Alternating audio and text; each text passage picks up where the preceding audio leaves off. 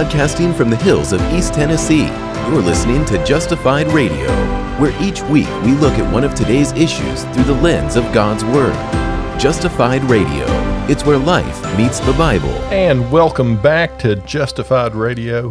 One more time in the book of Daniel. One more back in the book of Daniel, and we've still got some Daniel to go. Oh, we've got half the book to go, and it changes tenure with us today, and I think this is a very exciting portion of the book. It is very exciting, and listen, if you're listening or watching with us, you know, what I encourage you to do is read ahead. You know, just go ahead, and we told you last time we're going to start chapter 7, but just kind of read ahead because David, I don't think we can cover this like it should be at the depth that it could be and still have people listen to us. No, I don't think so either. Yeah, because if you wanted to study this out, you could spend a long time in each little section, and we want to kind of travel through it with you. But I want to recommend to you, if you don't have a good study Bible, find you a good study Bible. I've got a couple that and Phil does as well, but the John MacArthur Study Bible, it's a great study Bible, has a lot of really good details about this section. And by the way, this section really has a lot of detail that you'll find fulfilled in the book of Revelation. Well, that's right. You know, the old, you know, saying, rule of thumb is you really can't understand Revelation until you've, you know, studied the book of Daniel. Right. And that's pretty true. It's true. Yeah. I meant the book of Daniel gives you the whole time frame, and Revelation focuses on just that one, for the most part, that 1 7-year period. Yeah. The tribulation that we see in Daniel. Which, by the way, is Daniel's 70th week. Mm-hmm. That tribulation period, that 7-year period, is the 70th week in Daniel's prophecy. So you want to keep that in your mind too. So as you know, as we approach, you know, I believe in a literal tribulation. You believe in a literal tribulation. Yeah. I also believe in a literal rapture. So I'm not going to be around. But you know, a lot of people jump into Revelation. They're all about the tribulation. They're all about a new world order. They're all about the Antichrist. But they really haven't studied Daniel, the history of the world leading up to it. Yeah, and Daniel will give you a lot of good information that you need, a lot of good historical information. We've mentioned this before, but this is where a lot of the critics of the Bible will really attack Daniel. Genesis 1 through 11 is highly attacked. The book of Isaiah is highly attacked, and the book of Daniel is highly attacked by the biblical critics. And I mean critic there in a bad way. People that are trying to prove that the Bible is not the Word of God. And their accusation against Daniel is that from, you know, these prophetic utterances that we have in chapter 7 through 12, they say, listen, this had to be written after the events because it's too precise. Well, and you're going to see as you follow along with us, if you don't already know, but you're going to see that because at the time of Daniel, listen, Daniel lived through the Babylonian Empire. He lives through the beginning of the Medo-Persian Empire as, you know, world empire. Right.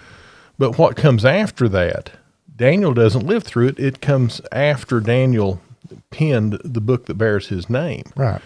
But you're going to find it uncanny. I really think that you're going to be intrigued by the accuracy, especially, you know, it describes the characteristics of the Roman Empire, but David, to me, the Greek Empire. Yeah. You know, what it talks about the Greek Empire, how it fell, how it's divided 4 ways. I mean, it's like reading a history book before it happens. Yeah, and that's exactly what prophecy is. It's God declaring history before the actual events happen, and that's where we find ourselves. So with chapter 7, now we mentioned before, and it's going to happen after chapter 7, but we mentioned a language change. Mm-hmm. That will just remind you, Daniel is written in 2 languages. It is written in Hebrew, but David's also written in Aramaic.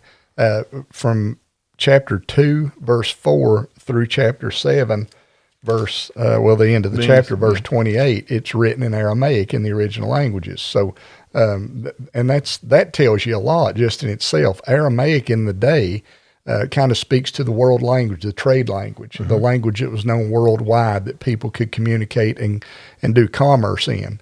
English is the world language today. Now we're losing a little bit of that ground, but it's still the world language today. Well, no, it is. If you travel, and I'll mention Israel because we're in Daniel, and if you go to Israel, they learn 3 languages mostly. I mean, the Jewish people learn Jewish. Usually they'll learn Arabic also, but they also, all of them learn English, because why?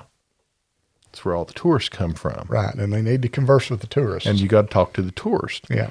So it's a universal language in that way.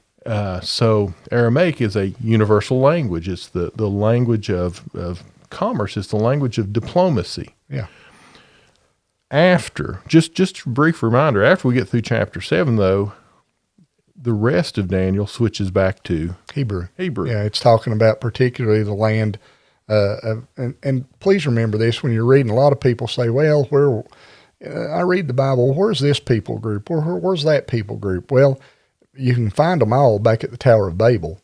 But as the Bible flows, God deals particularly and precisely with the Promised Land, how the kingdoms of the earth affected the Promised Land. That's why it's so important to know what the Babylonians did, what the Medo-Persians did, what the Greeks did, what the Romans did. That's so important because that's the focus of God's prophecy and of God's plan, the land of Israel. Right, and the Jewish people, and the covenants he made with him. So when we look, everything that's in Aramaic, frankly, is written to you and I, David. Yeah, it's written to the world. It's written it really is. To let us know how things are going to happen, to draw us into the drama, if you will. The drama of the ages is I think it was Scroggie wrote the book, Drama of the Ages. I have it, and I'm pretty sure it was Graham Scroggie. But anyway, this is truly a dramatic, pictorial, linguistic demonstration by God of how things are going to be. And then when we get past chapter 7 and 8, when Daniel switches to Hebrew, listen, he switches who he's speaking to, so to speak. He's talking to his people. Yeah. He's talking to the Jewish people, God's people. Yeah. Okay. So let's go ahead and we're just going to jump into chapter 7, and like I said, we're not going to mine the depths as much as we could. No. And there may be things that we go further than we ought to, but either way, we'll do the best we can. Yeah, and the very beginning of chapter 7, it even gives you a timestamp here so you'll know where you are.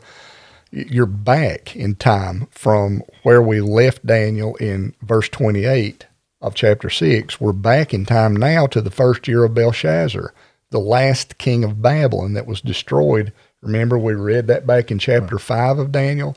Belshazzar lost his life and lost his kingdom in the same night to the Medo-Persians.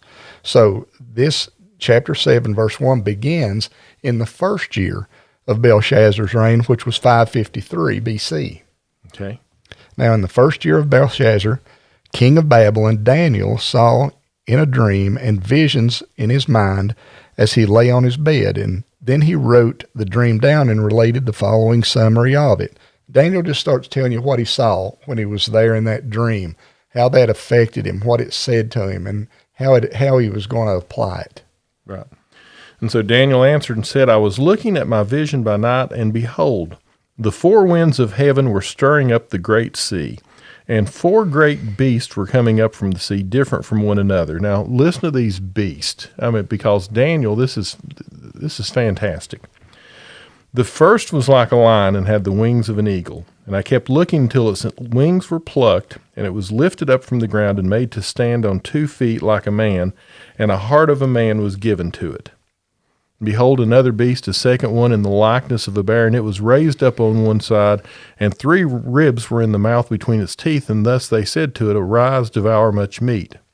And after this I kept looking, behold, another one like a leopard, which had on its back 4 wings of a bird. The beast also had 4 heads, and dominion was given to it.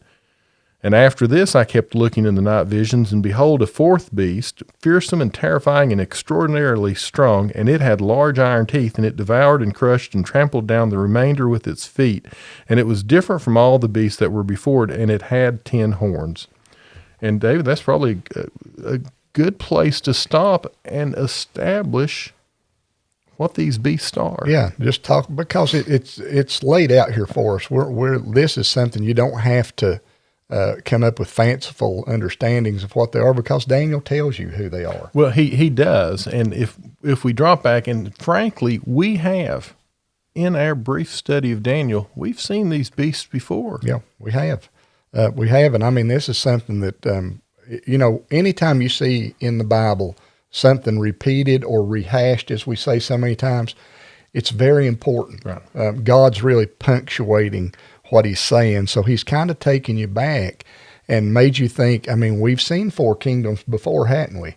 And it was in Nebuchadnezzar's dream when he saw that great image, the head of gold, the shoulders and the arms of silver, the belly and the thighs of brass, the legs of iron and the feet of iron and clay.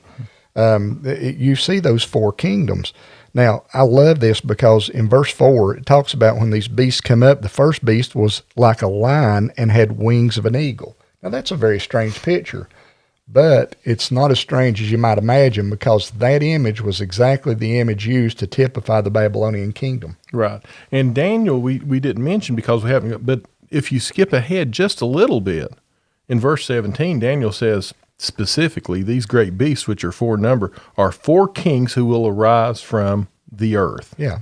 And like you pointed out earlier as we were talking, I've always looked at that talking about the 4 main kings, but Phil said that it's probably a better reference to the kingdoms that those kings might have been a part of, but really the kingdoms. And that's probably more accurate than what I believe. Kind of interchangeable. Yeah. So David, the first beast, what empire is that? Yeah, that's Babylon. I mean, clearly, again, we've seen from archaeological digs, from those kind of things, that was the national emblem of Babylon, a great lion with wings.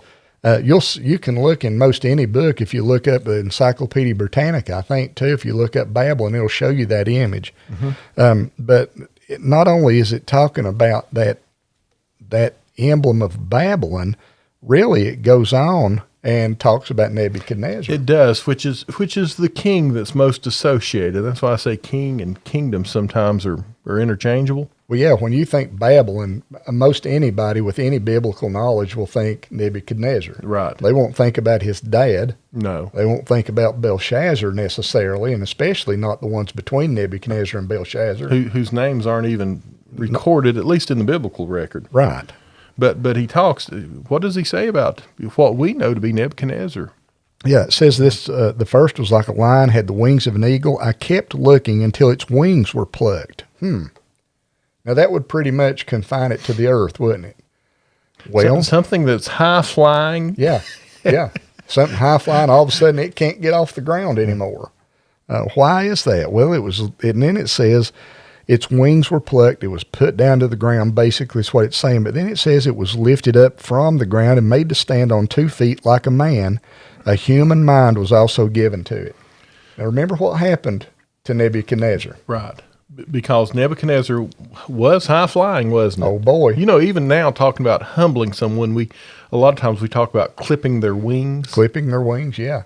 But Nebuchadnezzar, remember, he stood, he looked out over all of Babylon and just praised himself for everything. Look what I have done. And that evening, his mind left him. Right. And he became like a beast of the field, like an oxen. And for 7 periods of time, 7 years, he lived eating the grass. Yeah, and you'd think, well, he's done. There's no hope for him now. He's done. But no. Remember, Nebuchadnezzar, even after that period of literal insanity, yeah, God brought him back. He did, and we talked about this, but it's still amazing to think that we overlook the fact that for this period of time, no one took his place. No one overthrew him. Right, at least not in a manner of, no, this is my kingdom now. No, it seems when he came back, they were ready to receive him back. Right, and so all of a sudden, he's back on 2 feet. Yeah. God brings him up, stands him up, looks him in the eyes, and a human mind was also given to it. And this is just a great work that God did in Nebuchadnezzar's life. Right. And Nebuchadnezzar, we already know, was the head of gold. Yep. Okay. So now we have another beast. Well, if we go back to Nebuchadnezzar's vision, we know next we have the silver. Mm-hmm. And we know, simply by what we have read so far, we know that that's the Medo-Persian Empire. Yeah. And here again, archaeologically, historically, the emblem of the Persian Empire is the bear. Is the bear. And not only that, but David, it says that it's in the likeness of the bear, but it says that it's been raised up on one side. One side of the bear is bigger than the other. Yeah, more prominent than the other, if you want to say it that way. 3 ribs were in its mouth. And I wish I could remember. I had it in one of my Bibles, but there were 3 kingdoms that in the time the Medo-Persians overthrew Babylon, there were really 3 kingdoms that they pretty much crushed at the same time. Right. And I don't remember the other 2. Right. And even the differing sides of the bear, the uneven sides, Medo-Persian, these 2 empires came together, but the Persian Empire being the most prominent of the 2, which, the bigger side of the bear. Well, and it's interesting. Later we're going to read, too, about another description of the Medo-Persians where one horn comes up, which is the Mede, described clearly. It's the Medes, but then another horn comes up on this goat, this ram, and that second horn gets higher. It's more prominent than the first, which typifies the Persians. The Persians, right. Yeah. Now this we've seen. I mean, we have seen the Babylonian Empire. We've seen the Medo-Persian Empire. Now, the next one, though. This is where it gets precise. It really does. And we will make it, you'll understand that more as we go on, through the episodes to follow. But it's a leopard. Now, well, let's keep on going. And on its back, it has 4 wings of a bird and 4 heads, and dominion was given to it. Well, okay, let's start with the leopard part. Now, we know by history this is going to, and Daniel is going to tell us explicitly that this third empire, kingdom is the Greeks. Right. And this is the leopard. The leopard's one of the, I'm not so sure if there's any animal faster. I think a cheetah might be. Yeah. But a leopard is a very fast animal when it's after its prey. But for Daniel, it would be the fastest thing that they knew on 4 legs. Right. And at least the fastest in this prophecy. Right. And that leopard, they're fast by nature anyway, but now it has wings. I mean, it can cover a lot of ground in a short period of time. And that's exactly what the Greek Empire did when first began under Philip of Macedon. Mm-hmm. Alexander the Great's father. But then really it all escalated under Alexander the Great. He kind of took the reins of Greece, and I think when he was about 22, 23. He was very young. Everything was pretty much city-states up to that point in Greece. But Alexander the Great, the reason he's called Alexander the Great is because he took and he conquered the known world, the Medo-Persian Empire, in just a brief period of time. And I want to say 16 years or 13 years. I can't. Well, he died at 33, and he died in Babylon, down there in the palace. He died. So that'd be what I think, and I should have looked this up before we started. Well, we both should have, but anyway, it is about, he started his kind of his generalship, if you will, when he was about 20. Right. So in about 13 years, literally, he had conquered the known world. Right. The speed of this and the speed of this is just unbelievable. Yeah, and it's important. Later you'll see it's important to see he came from the West, and that's exactly where the Greeks came from. They came from the West. They started that traverse across Asia Minor, and they came down into the Promised Land and continued on over into India. Right. But it's just an amazing truth that history recorded that Daniel pre-recorded. Right, and every one of these empires that we see, these kingdoms, every one is bigger than the one before. Each succeeding empire is bigger than the one before. So you had, the Babylonian, then the Medo-Persian was bigger than that, and then the Greek was bigger than that. Now this next part, David, and we will see this more, but it says on that leopard with the 4 wings, it has 4 heads. Yeah, there are 4 heads, and it says dominion was given to it.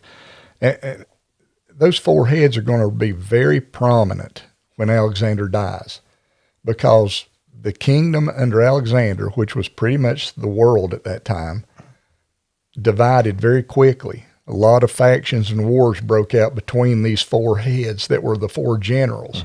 The Ptolemies, the Seleucids, Cassander, and Lysimachus. those were the four generals. Two of them became prominent, the Seleucids and the Ptolemies. Ptolemies down in Egypt, the Seleucids up north in Syria. And we'll see them. We'll see more.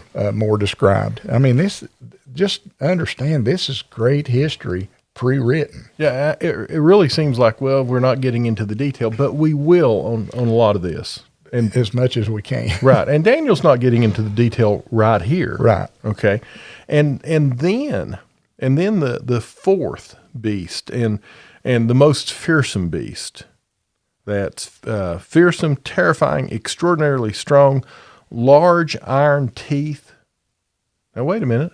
I've seen iron somewhere before. Yeah. Where was that? Oh, we'll see it, because the iron showed up in the legs of that great image in Nebuchadnezzar's dream. Right. And so we want you to understand that what we see is the gold and the silver and the brass and then the iron. Those kingdoms are these beasts also. Yeah. And really, we talked about, one is from man's perspective. This really is from heaven's perspective, I believe. Yeah. That what we see is gold and silver and brass and iron, but what God sees, these earthly empires with these, heathen rulers, kings, and emperors, he sees them as beasts. Yeah, he sees them as beasts, and he sees them as short-lived, really. Mm-hmm. I mean, the United States has lasted over 200 years now, but that's really a long time for kingdoms. Yes. England has been a kingdom longer than that, but not in strength. The Babylonians had their heyday, and they lasted about 70 years. Now, they were before and after a little bit, but about 70 years was about it for them. Right. But now this last kingdom, this last empire, or the fourth beast. Now it goes on, it says, and we're going to see more of this, it was different from all the beasts that were before it. It had 10 horns, and we're going to talk about the 10 horns. While I was contemplating the horns, behold, another horn, a little one came up from among them, and 3 of the first horns were pulled out by its roots before it, and behold, the horn possessed eyes like the eyes of a man, and a mouth speaking great boast. Now, we will talk at length about going forward. But this fourth beast, the legs of iron, and then what's going to be the feet of iron and clay, what empire does it represent? That's Rome. No doubt about it. That's Rome. Rome became the conquering power after the Greeks in the Promised Land. And remember, the Bible focus, the biblical focus, God's focus is on the Promised Land, on the people of promise, who are the Hebrews. It was Rome who came in 63 BC. Pompey was the general who came in and pretty much took the land and established Roman rule over all the Promised Land. And the Roman Empire, and I keep saying we'll talk more, and we will, but this is really just a summary. The Roman Empire, when we look at Nebuchadnezzar's vision, the legs of iron, the feet of iron and clay, that is the last thing before they're wiped away. Right. Yeah, that kingdom, this fourth beast, and the kingdom it represents will continue from this time all the way through to our time. Right. So we need to understand, I guess, that when we talk about this Roman Empire, the Roman Empire existed. It followed the Greek Empire, but David, as far as prophecy is concerned, the Roman Empire still exists today. Yeah, it does. Even its model for government still exists today. The Senate, the Republic, the things that they did, that's what we were modeled after. I mean, it really is the Roman. And then if you want to get right precise with it, Rome still exists as a nation at the Vatican. Remember the Roman Church, the Roman Catholic Church, and honestly, we just say it plainly, calls itself the church. Right. I mean, Catholic Church, Catholic means universal, and they use it with a capital C because they are the universal capital C church. Right. And they are a nation. They're a nation with their own army, with their own protector, with their own law. I mean, they are. And the Pope's the head. But we are to that point that if we go back to Nebuchadnezzar's vision, we are to that point where the legs of iron, the Roman Empire isn't what it was. We're down to the feet, the toes of iron and clay. Yeah. And anybody that's ever had any neuropathy, any foot problems, even ingrown toenails, seriously, I don't care how healthy you are from the ankles up. If your feet aren't healthy, you don't get around good. Right. I mean, it's a very great hindrance to your ability to do anything. And you see in those feet on that great image that the feet are made of iron and clay. And there's one thing we know about iron and clay that was true in this time frame and is true in our time frame. They don't mix. No, what was, and we're still talking about the Roman Empire, but this last empire, and to understand or to believe as we do, and not everyone does. Everybody, when it comes to the end times, there are different views, and we've talked about that, I think. Yeah. If you're a preterist, you think that, everything happened before 70 AD. Right. And so we believe that things are still yet to happen, but we are still in the midst of this Roman Empire, albeit it's not the same Roman Empire as it was, grinding down countries or whatever, devouring, ruling with an iron fist, if you will. But it's still, we look and we still see the vestiges of the Roman Empire in today's world. Yeah, I think even, when you're going through this, it eventually decays or degrades, or however you want to say it, or elevates. It depends on how you look at it, into what seems to be 10 kingdoms, those 10 horns. That there is going to be, and this will probably kind of take us to the end today, but there's going to be, as we look through this, apparently 10 kingdoms, and these horns, 10 countries, nations that are going to stand out from this Roman Empire. Yeah. And I think personally, and this is one of those things I believe, I think if we get precise enough about it and understand completely about it, we'd see those kingdoms. The United States is one of them. I'm not saying that the United States is called out in Scripture, but I believe we're one of those 10 horned entities. I think the United States, I believe, my mind went blank right when I started saying it. Some of the major, some of the big ones. You got and like I said, I may see it as Britain, more European, sorry. but the United, but if you're talking big countries, you could be talking Great Britain, the United States. You got Germany. Russia, China, France, Germany. Well, but Russia and China come in differently. Right, they come in a different way. But when you talk about Germany, you talk about Italy, Europe, really, Spain. those what comes out of the Roman Empire. Yeah, I mean, those are, I think, the true nations that are typified by these 10 horns. Right. Now the other thing, as we're looking at this, the other thing that kind of summarizes, gives us a roadmap, if you will, a prophetic roadmap. I like that. Is these 10 horns, 3 of those are going to be replaced. They're going to be pulled up and replaced by another horn. Yeah, kind of brought into that horn, if you will. They destroyed, but, almost an overthrow, I think. No, I think it is an overthrow, but it's peaceful. I mean, this little horn. Now, this little horn that we're looking at here, this little horn is what a lot of people, when they think of Revelation and when they think of the tribulation, what do they think of, or who do they think of? Antichrist. The Antichrist. Yeah. You got to be careful, too, with this horn, because there's another little horn, too, that is not this horn here that's going to raise up in these last days is the Antichrist, that main one who is possessed by Satan, who's literally the world ruler. The Antichrist, because, we're told that there are Antichrists, plural. Right. Anybody who opposes Christ is an Antichrist, so to speak. Right. So, but this is the Antichrist. But as you're saying, that as we go through prophecy, as we go through history, we're going to see what's going to be the end times Antichrist, the Antichrist. But he is also represented earlier on by another Antichrist, another little horn. Yeah, and that's Antiochus Epiphanes, or Epiphanes, however you say that.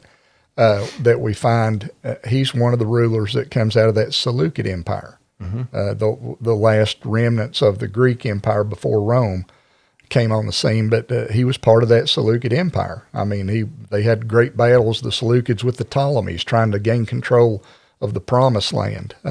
Again, the Seleucids in the north, the Ptolemies down in Egypt down south. Down at the south. Yeah, and this was the major trade route. And this whole north-south imagery that took place then, it's representative of what's going to take place in the final time. Right, in the final time, you're going to see it again, the north attacking. This is just so glorious how God told us before it happened, and now we find ourselves in the midst of the happenings, but we also have the record of how it's going to end. Yes. And that's what makes it so glorious. And so the next time, we'll wrap up today, the next time, we'll talk about the Ancient of Days, and the Son of Man, I guess, comes next, because that is what follows this current kingdom on earth, this weakened, if you will, diluted Roman Empire. Yeah, it's the fifth kingdom, if you will, but it's going to be a little different from those first four. This one that's coming is going to be an eternal kingdom. That's right. Yeah, so, and you're going to be a part of it if you're a follower of Jesus Christ, and I hope you are. And if you're not, I've got good news for you. He loves you. This whole Bible is a love letter that he's given to the world, and he gave to you particularly. And you can get in this book and find the true God who wants to save you and make you part of his kingdom. You know, a lot of people look at, when you talk end times, they look at it as being scary. Yeah. And listen, for those that are going to be here, it's frightening, but God reveals this to us so that we don't have to worry. He reveals what's going to happen so that as it happens, we will know, be prepared for it, and also know that we won't have to experience it. Yeah, we won't. I mean, and we'll hopefully get to talk about some of those promises. Even the promise that begins Revelation chapter 4, when John in his vision hears a voice, the voice of God. He says, "Come up here." Yeah. And we believe that that's just a very beautiful picture of the rapture of the church. Yes. I think that it's the church of Philadelphia, if you look at the time frame, and I believe that we're right in the midst of that time frame, the church of Philadelphia. Now, don't get me wrong here. The 7 churches in Revelation, Ephesus through Laodicea, those are 7 literal churches in that first century time frame. 7 literal churches. Frankly, I think they describe 7 types of churches that exist today. Yeah. But it's also a 7 periods of time since that time until then, beginning with Ephesus, ending with Laodicea. But right before Laodicea, you see Philadelphia. And Philadelphia, the church in Philadelphia, is given a promise by God. He says, "I will keep you from the day of tribulation." That's a very important statement that I hope we get to talk about some while we're in this. Right. So continue with us. Read ahead. If you have any questions, it's a lot to digest, 30 minutes at a time. But if you have any questions, you can always go to our website, justifiedradio.org.